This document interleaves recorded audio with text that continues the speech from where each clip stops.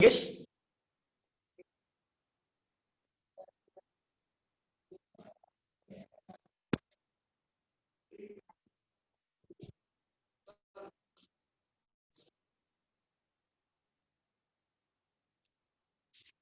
बेटा स्टार्ट किया? Yes sir. Okay, सो बेटा आज हम जानने वाले हैं पहले एटॉमिक नंबर क्या होता है, एटॉमिक मास क्या होता है,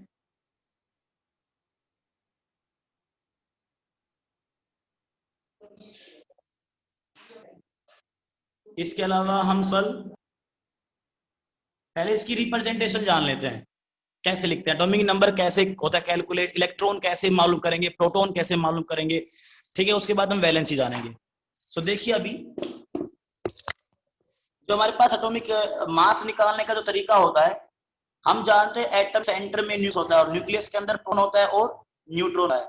अगर प्रोटॉन न्यूट्रॉन दोनों को जोड़ लिया है, प्रोटॉन प्लस न्यूट्रॉन को जोड़ लिया जाए, एटॉमिक मास निकला, एटॉमिक मास ए से लिखते हैं, ठीक है। तो प्रोटॉन और न्यूट्रॉन अगर आप जोड़ लो दो वैल्यू को तो आप एटॉमिक मास निकाल सकते हो। और अगर आपको न्यूट्रॉन निकालने हो तो न्यूट्रॉन निकालने के एटॉमिक मास में, एटॉमिक मास के अंदर से आप प्रोटॉन जो प्रोटॉन की वैल्यू से माइनस कर दीजिए तो आपका न्यूट्रॉन निकलाएगा, ठीक है।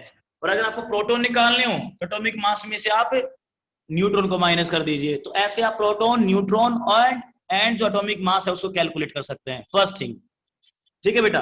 दूसरी चीज देखिए, दूसरा क्या होता है, अगर आपके पास एटम दे रहा है और वो न्यूट्रल है, न्यूट्रल मींस उस पे ना पॉजिटिव चार्ज है ना नेगेटिव चार्ज है, तो वो होगा न्यूट्रल। तो न्यूट्रल एटम में क्या क्या चीजें बराबर होती है। फॉर एग्जाम्पल अगर मैग्नीशियम एटम दे दिया, ठीक है, तो मैग्नीशियम में क्या होगा, इसके अंदर एक प्रोटॉन जो इसका एटॉमिक नंबर है वो होता है। तो आपको प्रोटॉन की वैल्यू, अगर देखा जाए प्रैक्टिकलिटी ये है कि प्रोटॉन की वैल्यू हम याद नहीं करते, हम एटॉमिक नंबर याद कर लेते हैं। कि हमारे पास जो पीरियोडिक टेबल है उसमें एटॉमिक नंबर को याद करने का तरीका हमें दिया गया है कि भाई एटॉमिक नंबर याद कर लीजिए, तो सिंपल होता है। तो हम एटॉमिक नंबर याद करके चलते हैं। तो मान लीजिए मैग्नीशियम का एटॉमिक नंबर 12 है, जो कि नीचे लेफ्ट हैंड साइड बॉटम में लिखते हैं, ठीक है। तो इसका एटॉमिक नंबर अगर 12 है, एटॉमिक नंबर सिंपल जेड होता है, अगर वो 12 है तो उसमें 12 ही प्रोटॉन होंगे और 12 ही उसमें इलेक्ट्रॉन होंगे। ये सच्चाई है एक न्यूट्रल एटम की। कोई भी एटम अगर आपके पास दे रखा है वो न्यूट्रल है तो उसमें electron, proton and neutron, sorry माफ कीजिएगा, वो तीनों चीज बराबर होती है। कई बच्चे से मैंने भी फ्लो में अगर मेरे मुंह से निकल गया कि भाई न्यूट्रॉन बराबर होते हैं, तो बेटा वो गलत रहेगा। एक्चुअल में तीन चीज बराबर होती है, number of electrons, number of protons and atomic number. These three values having equal magnitude, इन तीनों का जो वैल्यू है उनका मैग्नीट्यूड है, मतलब जो नंबर जो सेम रहेगा, ठीक है। लेकिन कंडीशन है कि एटम क्या होना चाहिए, न्यूट्रल होना चाहिए। इस बात का याद रखिएगा बेटा। अगर एटम न्यूट्रल नहीं हुआ तो कैसे करना है, देखिए। अगर मान लीजिए पॉजिटिव चार्ज वाला कोई एटम हमारा मैग्नीशियम प्लस है, तो क्या करना है, प्रोटॉन और एटॉमिक नंबर कभी चेंज नहीं होते, याद रखना। चाहे पॉजिटिव चार्ज हो किसी के ऊपर, चाहे नेगेटिव चार्ज हो, चाहे एटम न्यूट्रल हो, एक चीज है वो कभी चेंज नहीं होती और उसका नाम है, क्या है उसका नाम है, एटॉमिक नंबर एंड प्रोटॉन। ये टू चीज है, ये जो दो है बातें हैं, ये जो है कभी भी चेंज नहीं होंगी। चेंज क्या हो सकता है, इलेक्ट्रॉन्स चेंज हो सकते हैं, इलेक्ट्रॉन्स कम ज्यादा हो सकते हैं। जैसे मैग्नीशियम पे 2 पॉजिटिव चार्ज आ गया, इसका मतलब जितना पॉजिटिव चार्ज रहेगा उतना ही इलेक्ट्रॉन्स कम रहेगा एटॉमिक नंबर से या प्रोटॉन से, क्योंकि एटॉमिक नंबर और प्रोटॉन की वैल्यू सेम होती है। तो अगर मैग्नीशियम पे 2 पॉजिटिव चार्ज है तो इसका टोटल एटॉमिक जो 12 था, इस पे 2 पॉजिटिव चार्ज आ गया, तो जितना पॉजिटिव चार्ज होगा उतना इलेक्ट्रॉन कम होगा। तो -2 लीजिए, 10 आ गए, ठीक है। ऐसे अगर मान लो कोई 3 होता तो 3 कम कर देते, एल्यूमिनियम का एटॉमिक नंबर 18 है, उसमें 3 - 2 10 इलेक्ट्रॉन है, ठीक है बेटा। ऐसे अगर नेगेटिव चार्ज है, मान लो S2 नहीं है, तो इसमें अगर ऊपर नेगेटिव चार्ज और प्रोटॉन अभी चेंज होते, वो सेम रहते हैं, चाहे आपका एनायन हो, चाहे आपका कैटायन हो, चाहे आपका न्यूट्रल एटम हो। यदि सल्फर 16 पे होता है, 16 ही प्रोटॉन इसके अंदर है, 16 इसका एक नंबर है, लेकिन इलेक्ट्रॉन इसमें नेगेटिव आ गया तो 2 जोड़ दीजिए तो क्या हो जाएगा, 18 इलेक्ट्रॉन्स हो जाएंगे। तो इसमें थोड़ा चेंज आ सकता है, वरना न्यूट्रल एटम में तो तीन चीज बराबर होती है, electron, proton and atomic number.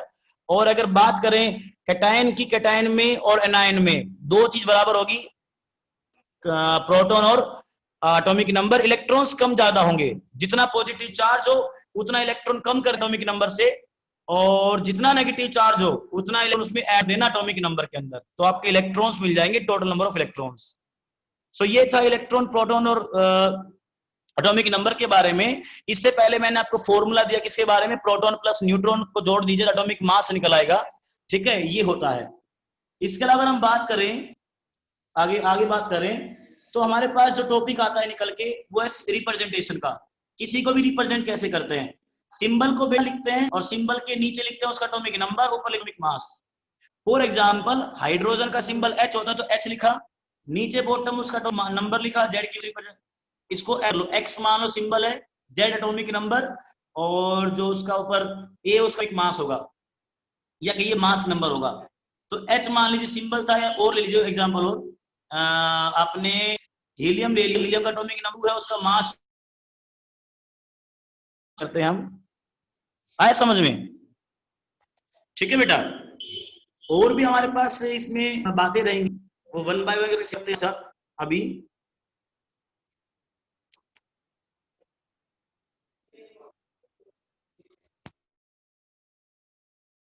होने के बाद अब हम वैलेंसी, हमने थर्ड में पढ़ी थी कि वैलेंसी कैसे निकलती है। वैलेंसी निकालने के लिए इलेक्ट्रॉनिक कॉन्फ़िगरेशन जो है वो आपको समझानी पड़ेगी मुझे, और वो मैं आपको बोर थ्योरी में उसकी वीडियो बना के समझाऊंगा, ठीक है। फिलहाल आपको वैलेंसी की जरूरत नहीं पड़ेगी आगे, एटॉमिक नंबर, एटॉमिक मास ये निकालने के लिए, ठीक है ना। तो आपको जो जरूरत पड़ने वाली अभी अभी हम जो करने वाले हैं आगे, वैलेंसी का टॉपिक बोर थ्योरी के साथ कराऊंगा, और फिर बाद में बोर थ्योरी होने के बाद और आपको लगा दूंगा। बोर थ्योरी तक मैं आपकी टोटल वीडियो 4 बनाऊंगा। एक मैंने आपकी वीडियो भेज दी है मैंने आज, डिस्कवरी ऑफ इलेक्ट्रॉन्स, उसपे फोकस कीजिएगा, उसको रीड कीजिएगा, उसपे बहुत इंपॉर्टेंट क्वेश्चन है। मैं फिर आपको कह देता हूं बच्चे, बहुत ज्यादा इंपॉर्टेंट क्वेश्चन उसके अंदर मैंने डिस्कस किए हैं। उससे पूरे लिंक को क्लिक करके उस पर जो वीडियो है कंप्लीट डिस्कवरी ऑफ इलेक्ट्रॉन्स यानी कि कैथोड एक्सपेरिमेंट, उसको स्टडी कर लेना। अगर समझ में ना आए तो बार बार उसको रिवाइज करके, बार बार रिपीट करके देखना उसको, ठीक है, समझ में आ जाएगा। और प्लस में पीडीएफ मैंने आपको सेंड कर रखी पहले ही, उसमें से रीड कर लेना पॉइंट्स को। अभी हम बात करें, आप कुछ और टॉपिक, आइसोटोप क्या होते हैं, आइसोटोप क्या होते हैं, आइसोटोप क्या होते हैं, और आइसो इलेक्ट्रॉनिक होते हैं। और एक लास्ट टाइम आया है इंटरेस्टिंग सा, आइसो डायाफेयर। ये टर्म्स का मतलब क्या होता है, ये टर्म्स जो आपके सामने लिखी हुई है इनका मतलब क्या है, जिन पे क्वेश्चन बहुत बार पूछता है बेटा। ये टर्म्स है, इनसे रिगार्डिंग क्वेश्चन आपसे पूछेगा, तो इनके बारे में डिस्कस कर लेते हैं, बड़ा ही सिंपल रहेगा। देखिए पहले आइसोटोप के बारे में स्टडी करते हैं। आइसो का मतलब क्या होता है कि आपके पास कोई एलिमेंट है, ठीक है, उसकी एटम है आपके पास, जैसे मान लीजिए हाइड्रोजन के पास, हाइड्रोजन के आपके पास एटम्स हैं, और हाइड्रोजन के एटम्स जो रहेंगे वो मास के बिहाफ पे 3 तरह के होते हैं। हाइड्रोजन के जो एटम होते हैं वो मास के बिहाफ पे 3 तरह के होते हैं, यानी कि हाइड्रोजन का एटॉमिक नंबर 1 मास 1, एटॉमिक नंबर 1 मास 2, उसका एटॉमिक नंबर 1 मास 3। तो ये 3 तरह के हाइड्रोजन है, इनको बोलते हैं आइसोटोप्स। आइसोटोप्स की डेफिनेशन क्या हो गई कि एलिमेंट तो सेम है, सेम एलिमेंट है, और सेम एलिमेंट के जो एटम है वो सारे में एलिमेंट यहाँ पे हाइड्रोजन, उसके तीनों एटम सेम है, और सेम एटम्स का जो बेटा एटॉमिक नंबर है वो सेम है। तो इनका एटॉमिक नंबर में, एटॉमिक नंबर सेम होने से क्या सेम हो गया, इनके अंदर प्रोटॉन सेम हो गया, ठीक है, और इलेक्ट्रॉन भी हो गया, इन पे कोई चार्ज नहीं है। इनका बस डिफरेंट क्या है, इनका मास डिफरेंट है, ठीक है। तो आइसोटोप की डेफिनेशन ये बन गई कि atoms of same element, atoms of same element whose atomic number is same but atomic mass is different. For example hydrogen 1h1 1h2 1h3, इन तीनों में एटॉमिक नंबर 1 है, इनका मास क्या है, अलग अलग है। अब सवाल ये आता है कि आइसोटोप्स एक का ही है, औरों का नहीं होता। हाँ बेटा औरों का भी होता है, सबका बहुत सारे एलिमेंट्स इनके आइसोटोप्स हमारे पास मौजूद है। जैसे और देखिए एक क्वेश्चन हाइड्रोजन के बारे में ये पूछता है कि जैसे मान लीजिए एग्जांपल को लेके मैं इसमें जो पीछे कंसेप्ट पढ़ाए सारे सारे कवर करूं, तो देखिए H1, 1H2, 1H, इस पहले वाले का नाम है प्रोटियम, जो केमिस्ट्री में इनका नाम होता है प्रोटियम है। दूसरे वाले का नाम है ड्यूटीरियम, DEUTRIUM, और तीसरे वाले का नाम है ट्रीटियम। ठीक है, पहले वाले प्रियम को बोलते हैं हाइड्रोजन।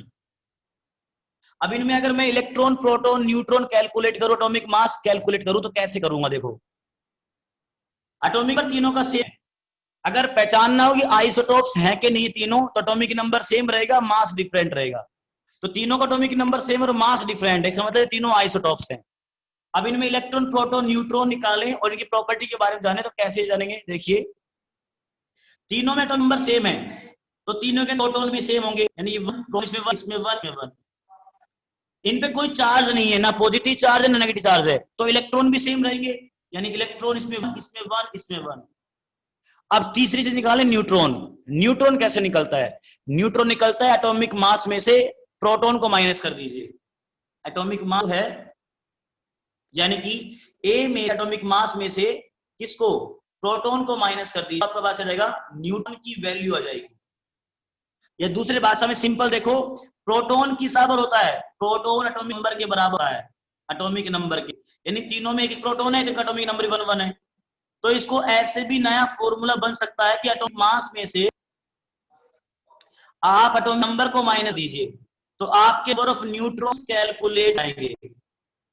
तो कैसे निकालेंगे? देखो, पहले वाले में ए है, एक एटॉमिक नंबर है, एक मास नंबर है, तो 1 - 1 0, वाले में न्यूट्रॉन होते ही नहीं है। सवाल आता है कि किस वाले हाइड्रोजन में न्यूट्रॉन नहीं होते, तो हाइड्रोजन का जो फर्स्ट आइसोटोप होता है उसमें न्यूट्रॉन नहीं होते।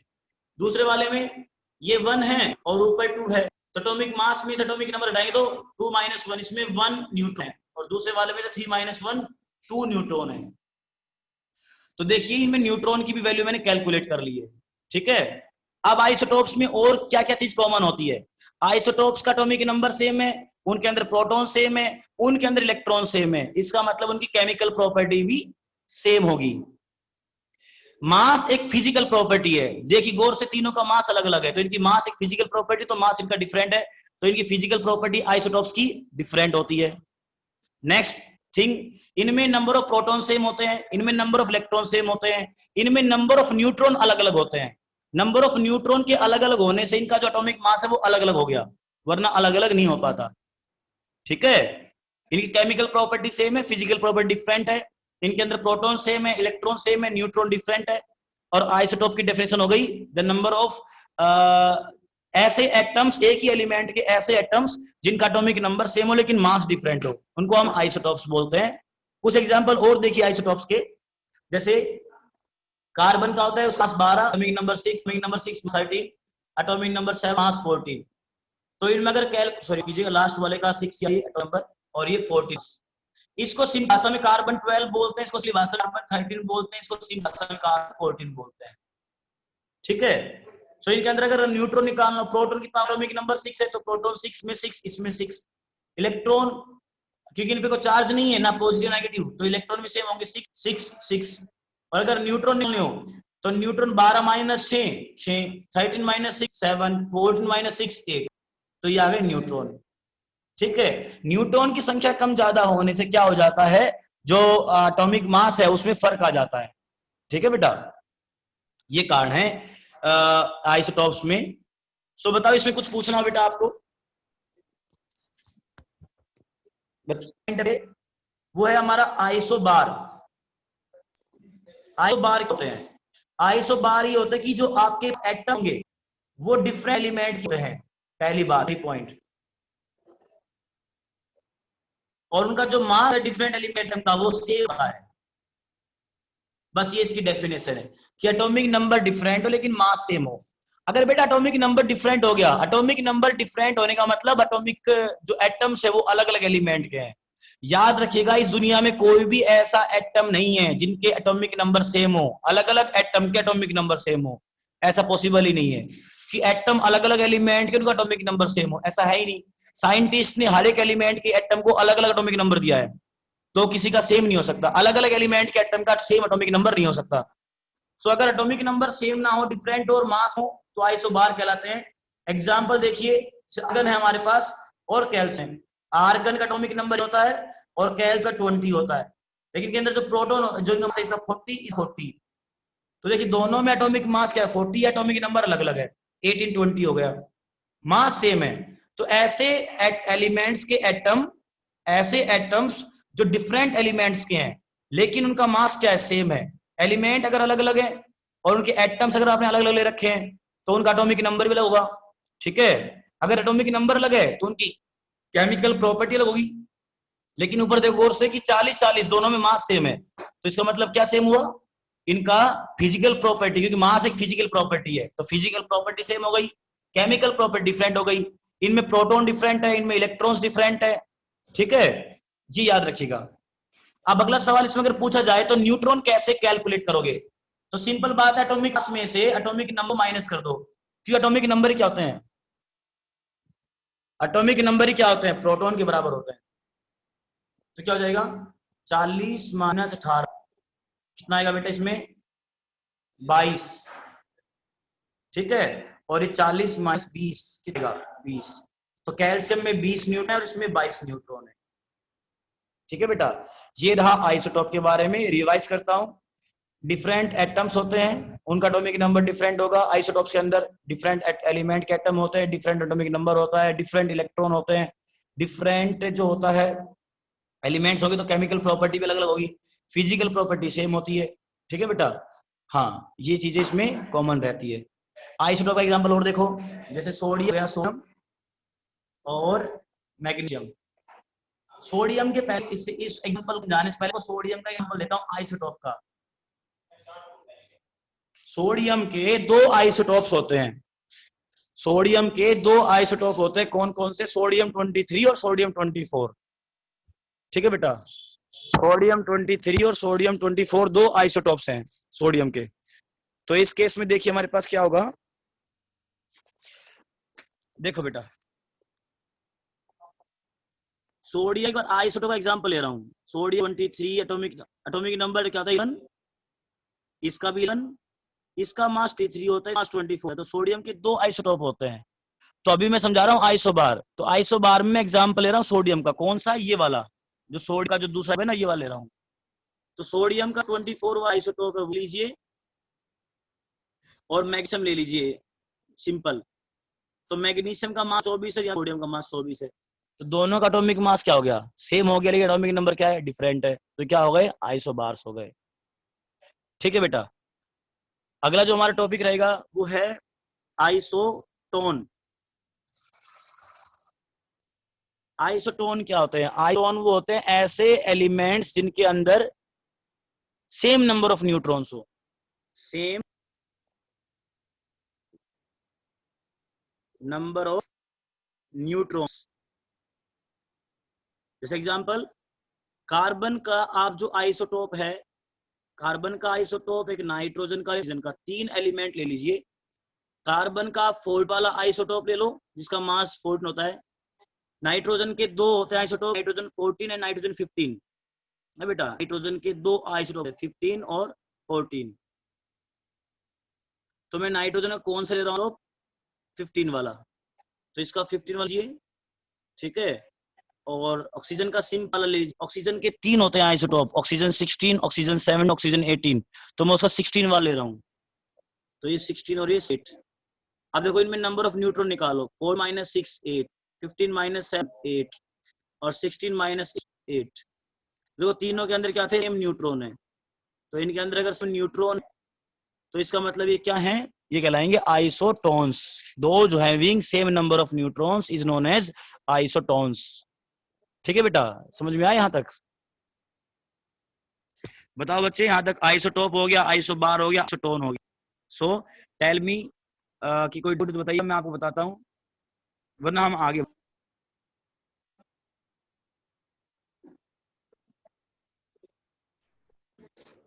आइसो इलेक्ट्रॉनिक्स क्या होता है, isotonic atoms, iso electronic atom क्या है, ठीक है। आइसो इलेक्ट्रॉनिक एटम्स में ये रहता है बेटा कि इनमें इलेक्ट्रॉन सेम होते हैं, ठीक है। एटॉमिक नंबर सेम बेशक से ना हो, न्यूट्रॉन सेम बेशक से ना हो, लेकिन जो आपके पास क्या सेम होना चाहिए, आपके पास जो सेम होगा वो होगा इलेक्ट्रॉन्स। इलेक्ट्रॉन्स सेम होने चाहिए बिल्कुल। इसमें एग्जांपल देखो बेटा, इलेक्ट्रॉन सेम होने चाहिए बस। देखो मान लीजिए मेरे पास है N negative, nitrogen 3 negative, oxygen 2 negative, fluorine negative, neon, sodium plus, magnesium 2 plus और एल्यूमिनियम 3 प्लस। ये मेरे पास इतने एटम्स, ये कुछ आयन है, कुछ कैटायन है, प्लस वाले कैटायन है, नेगेटिव वाले एनायन है, और कुछ एटम है बीच में, नियोन एटम है। अब इनके अंदर मुझे, अगर मुझे ये जानना है कि इनमें से कौन कौन आइसो इलेक्ट्रॉनिक है, तो मुझे क्या करना पड़ेगा, इनके इलेक्ट्रॉन्स कैलकुलेट करने पड़ेंगे। और इलेक्ट्रॉन्स कैलकुलेट करने के लिए क्या करना पड़ेगा, एटॉमिक नंबर देखना पड़ेगा। अगर न्यूट्रल एटम है तो एटॉमिक नंबर देख लो, उतना ही उसमें क्या होगा, इलेक्ट्रॉन होगा। जैसे नियोन, यहाँ पे नियोन पे कोई चार्ज नहीं है, तो नियोन का एटॉमिक नंबर 10 होता है, 10 इलेक्ट्रॉन बेटा। अच्छा, अब मैंने कहा था कैटायन एनायन में प्रोटॉन एटॉमिक नंबर सेम रहता है, कभी भी चेंज नहीं होता। एटॉमिक नंबर प्रोटॉन तो कभी चेंज नहीं होता, चाहे कैटायन बन जाए, एनायन बन जाए, एटम रहे। लेकिन कैटायन एनायन बनने से इलेक्ट्रॉन बदल जाते हैं। जैसे कैटायन बनने से पॉजिटिव चार्ज आने से एटॉमिक नंबर में से उतने इलेक्ट्रॉन कम हो जाएंगे जितना उसपे पॉजिटिव चार्ज रहेगा। एग्जाम्पल, सोडियम 11 पे होता है, इस पे 1 पॉजिटिव है, तो 11 माइनस 1 कर दो तो इसमें 10 इलेक्ट्रॉन है। मैग्नीशियम 12 नंबर पे है तो 2 चार्ज है, 2 इलेक्ट्रॉन कम कर दो तो इसमें 10 इलेक्ट्रॉन है। एल्यूमिनियम पे चार्ज है तो ये 13 एटॉमिक होता है, तो 13 में से 3 माइनस कर दो, 10 इलेक्ट्रॉन के अंदर। अच्छा, नेगेटिव वाले से उतने इलेक्ट्रॉन जोड़ देता है एटॉमिक नंबर में। अगर टोटल इलेक्ट्रॉन निकालने हो तो नेगेटिव चार्ज जोड़ दो एटॉमिक नंबर में। जैसे फ्लोरीन 9 पे होता है तो 1 नेगेटिव है तो 1 जोड़ दो 10। ये 8 पे तो ऑक्सीजन 2 नेगेटिव है तो जोड़ दो 8 प्लस 10। और इसमें नाइट्रोजन 7 पे, इसमें नेगेटिव है तो 7 प्लस 3 10। तो गौर से देखो बेटा, इन सब के अंदर जो इलेक्ट्रॉन, नंबर ऑफ इलेक्ट्रॉन्स क्या है, 10 10 10 10 10 10 10। तो इनके अंदर क्या है, सबके अंदर इलेक्ट्रॉन सेम है। That's why these are known as isoelectronic species, या आइसो इलेक्ट्रॉनिक जो है स्पीसीज मतलब जो ग्रुप बना हुआ है, कुछ भी हो। स्पीसीज मतलब एटम हो सकता है, आयन हो सकता है, या एटम हो सकता है, कैटायन एनायन या एटम हो सकता है, उनको बोलते हैं स्पीसीज, आइसो इलेक्ट्रॉनिक स्पीसीज या आइसो इलेक्ट्रॉनिक एटम्स या आयंस जो है। ठीक है बेटा, बताओ ये समझ में आया? Yes sir. बताओ बेटा, इसी में वो सकता आइसो डायाफर, आइसो डायाफर, उसमें क्या होता है, उसमें ऐसा होता है कि कोई मान लीजिए 2 एटम है ए और बी, इनका एटॉमिक नंबर कुछ भी हो सकता है और मास भी कुछ भी हो सकता है।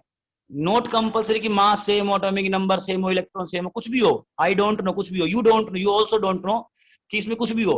लेकिन इसमें सेम क्या होना चाहिए, ए का जो एटॉमिक नंबर और जो न्यूट्रॉन जो डिफरेंस है, और बी का जो एटॉमिक नंबर और न्यूट्रॉन में डिफरेंस है, वो सेम होना चाहिए। अगर मान लीजिए ए का एटॉमिक नंबर और न्यूट्रॉन में जो डिफरेंस है वो अगर 2 आया, तो बी के भी एटॉमिक नंबर और न्यूट्रॉन में क्या डिफरेंस होना चाहिए, सेम का सेम होना चाहिए 2। तो ऐसा को बोलते हैं हम आइसो डायाफर। ठीक है बेटा, इसको एग्जांपल एक बार देता हूं आपको, 1 मिनट आप कीजिए।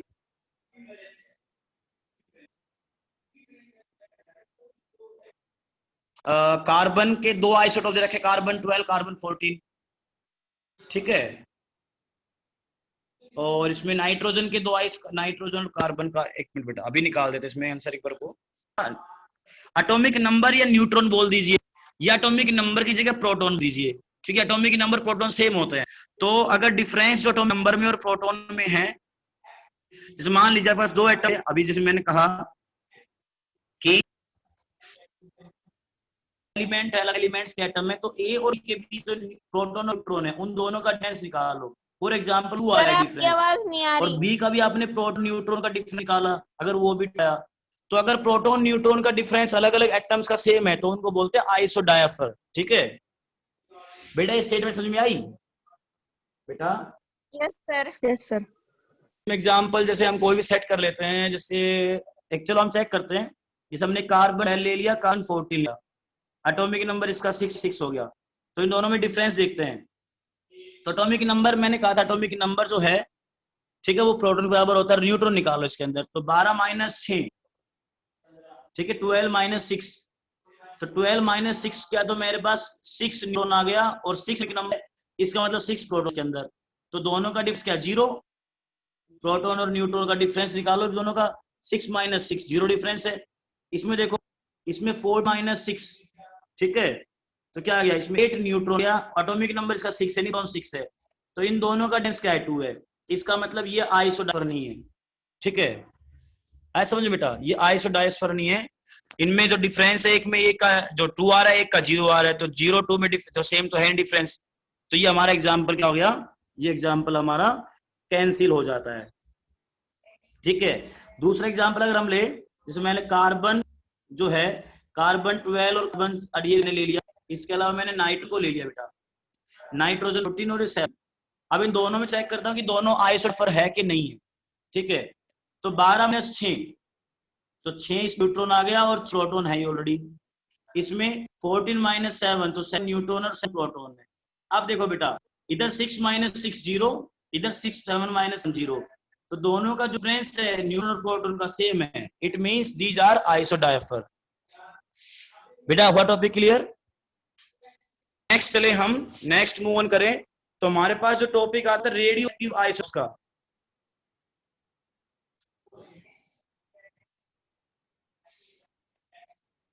ये क्या होते हैं? अब जो आइसोटोप मैंने शुरू में पढ़ाया था, उसके 2 पॉइंट बच जाते हैं, रेडियो एक्टिव आइसोटोप्स और एवरेज एटॉमिक मास, 2 पॉइंट बच जाते हैं, जिसमें से 101% दोनों टॉपिक में से क्वेश्चन आएंगे बेटा, लिख के ले लो चाहे अभी, ठीक है। रेडियो एक्टिव आइसोटोप्स आपके चैप्टर जो है 9th क्लास बुक का चैप्टर, उसमें लास्ट में टॉपिक दिया हुआ है रेडियो एक्टिव आइसोटोप के नाम से, उसमें कुछ रेडियो एक्टिव आइसोटोप उनके यूज दिए गए हैं बेटा। मैं फिर कहता हूं, वो टॉपिक बेटा 101%, उसमें कुछ रेडियो एक्टिव आइसोटोप्स उनके यूज दिए गए हैं। आपसे रिक्वेस्ट है बेटा कि है ना उनको पढ़ लेना, 7 से 8 मैं भी करवा रहा हूँ, कुछ तक करवा रहा हूँ, कुछ बच जाए तो वहां से कर लेना, और मैं स्क्रीनशॉट दो। 100 रेडियो एक्टिव आइसोटोप्स वो होते हैं कि ऐसे एटम्स, ठीक है, जिनके न्यूक्लियस में नंबर प्रोटॉन जो है वो लेस, काफी लो, ठीक है, एज कंपेयर टू न्यूट्रॉन, मतलब न्यूक्लियस में न्यूट्रॉन ज्यादा भरे हुए हैं एज कंपेयर टू प्रोटॉन। तो ऐसे जो एटम के न्यूक्लियस होंगे वो अनस्टेबल होते हैं, और अनस्टेबल क्या होगा, वो जो है अपने आप को लॉस्ट कर देगा। अब उसके अंदर जो आइसोटोप के अंदर प्रोटॉन इलेक्ट्रॉन न्यूट्रॉन भरे पड़े हैं, वो अल्फा बीटा गामा रेज बनकर वहां से निकल जाएंगे अपने रेडिएशन की फॉर्म में, रेडिएशन की फॉर्म में। इसलिए कहते हैं कि radio active isotopes radiation emit करते हैं, ठीक है बेटा, है तो इनको बोलते हैं रेडियो एक्टिव आइसोटोप्स। तो इनके कुछ यूजेज हैं बेटा, सुनो यूज कौन कौन से हैं। जैसे कार्बन के 3 आइसोटोप थे, उसमें तो कार्बन 14 है जिसका मास 14, इसका यूज है कार्बन डेटिंग नाम की टेक में, कार्बन डेटिंग। कार्बन डेटिंग का मतलब होता है किसी भी चीज का उम्र पता करना, डेट मतलब तारीख, कार मतलब कार्बन की मदद से। कार्बन डेटिंग जो कार्बन 14 आइसोटोप है, इसकी मदद से कोई भी पुराने जमाने में कोई जो चीज है, कोई फॉसिल्स है, मरे हुए जीव जंतु हैं, ठीक है, कोई मरे हुए जीव जंतु हैं, या कोई पेड़ों का अवशेष पड़ा हुआ है जो दबा हुआ जमीन के अंदर, उसको निकाला गया, तो उसके अंदर उसकी उम्र पता कर सकते हैं। जैसे हमें कैसे पता डायनासोर कितने साल पहले आए थे, हमें कैसे पता कि इंसान पहले ऐसे ऐसे चिंपैंजी होते थे, उनके जमीन से अवशेष मिले और उनकी उम्र पता की गई कि इतने साल पहले ये ऐसे थे, तो उनकी एज पता कर सकते हैं कार्बन डेटिंग टेक्निक से, ठीक है बेटा। इसके अलावा जो सल्फर 35 नाम से आइसोटोप, एक फास्फोरस का 32 है, इन दोनों आइसोटोप का यूज एग्रीकल्चर फील्ड में करते हैं, ठीक है बेटा, इन दोनों आइसोटोप का यूज हम एग्रीकल्चर फील्ड में करते हैं, प्लांट के अंदर करते हैं, एग्रीकल्चर में, ये पता करने के लिए कि जो जो हमारी जो पर्टिकुलर जो क्रॉप या कोई जो प्लांट हमारा जो हमने सी फसल लगा रखी है, वो जमीन से न्यूट्रिएंट्स को एब्जॉर्ब कर रहा है कि नहीं कर रहा है उसकी बॉडी, क्योंकि जब वो बॉडी में जाएगा तो जैसे रेडियो एक्टिव एसिड क्या होते हैं, रेडिएशन छोड़ते हैं, इनको हम डाल देंगे जमीन के अंदर, ठीक है, मतलब कुछ मैं सिंपली भाषा में समझा रहा हूँ बेटा, बिल्कुल सिंपल तरीके से, ठीक है, कि जैसे मान लीजिए तो क्या करेगा, प्लांट क्या करता है, न्यूट्रिएंट्स को एब्जॉर्ब करता है, तो वो इन न्यूट्रिएंट भी एब्जॉर्ब करेगा तो वो रेडियो एक्टिव आइसोटोप प्लांट की बॉडी में चले जाएंगे। अब प्लांट की बॉडी जाएंगे तो वहां से रेडिएशन इमिट करेंगे, उन रेडिएशंस को क्या कर लेंगे, डिटेक्ट कर लेंगे रेडिएशन डिटेक्टर की मदद से, मतलब कुछ मशीन ऐसी होती है जो रेडिएशंस को डिटेक्ट कर लेते हैं, और डिटेक्ट करने के बाद क्या होता है, पता लग जाएगा कि हाँ इनकी बॉडी में जो मिनरल्स उनका फ्लो हो रहा है, ठीक है, और ये प्लांट से जो जमीन से मिनरल्स उठाते हैं कि नहीं उठाते, इसका मालूम पड़ जाता है। इसके अलावा जैसे मान लो कोबाल्ट 60, CO60, इसका ट्रीटमेंट ऑफ कैंसर में होता है, ट्रीटमेंट ऑफ कैंसर में कोबाल्ट का यूज ट्रीटमेंट ऑफ कैंसर में होता है, ठीक है। और जो कोबाल्ट 60 से, पता है कौन सी मेन जो रेज कौन सी निकलती है? गामा रेज निकलती है। जैसे एक अल्फा रेज होती है, गामा रेज, एक अल्फा रेज पे पॉजिटिव चार्ज होता है, बीटा रेज पे नेगेटिव चार्ज होता है, और गामा रेज पे कोई चार्ज नहीं होता, जीरो चार्ज होता है। ठीक है, तो गामा रेज निकलती हैं जो ट्रीटमेंट ऑफ कैंसर में काम आती है। इन इन रेज से जो होता है, कैंसर सेल जो होती है, कैंसर सेल बॉडी के अंदर, उनको मार देते हैं, किल कर देते हैं। ठीक है, रेडिएशंस डालकर है बेटा। इसके अलावा जो सोडियम T4 होता है, सोडियम के दो आइसोटोप, सोडियम 23, सोडियम 24। तो सोडियम 24 का बेटा ब्लड सर्कुलेशन यूज करते हैं कि आपकी बॉडी के अंदर ब्लड सर्कुलेट हो रहा है कि नहीं हो रहा है। फॉर एग्जांपल, कोई नसें आपकी ब्लॉक हो गई हो, तो इंजेक्शन से इस सोडियम 24 को आपकी बॉडी में इंजेक्ट कर देंगे। अब ये 24 जो है खून के साथ साथ, जहां जहां खून फ्लो करेगा, ये उसे साथ साथ फ्लो करेगा। ठीक है, अब फॉर एग्जाम्पल बॉडी के किसी पार्ट में जाके कोई नस आपकी वैसा ब्लॉकेज है,